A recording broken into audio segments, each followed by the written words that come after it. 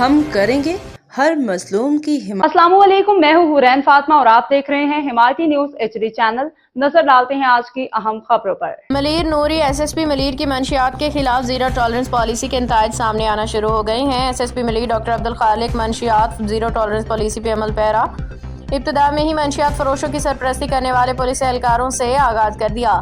Malir police ترجمان کے مطابق پولیس کے محکمے میں شامل کالی بھیڑوں منشیات فروشوں کے خلاف کارروائی منشیات کی سہولت کاری میں ملوث پولیس افسر و اہلکار سمیت 2 ملزمان کو گرفتار کر لیا گیا۔ پولیس نے خفیہ اطلاع کی بنیاد پہ چھاپہ مار کارروائی کی اور پولیس نے انسپکٹر نور احمد شیخ، پولیس کانسٹیبل طاہر، ملزم عمران و سبحان نامی منشیات فروش کو گرفتار کر لیا۔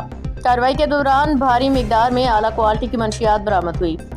کانسٹیبل شبان رانا مشتاق، پولیس کانسٹیبل شاہد اللہ، ریٹائرڈ سب انسپکٹر ذاکر اللہ بخت نیازی موقع سے فرار ہو گئے۔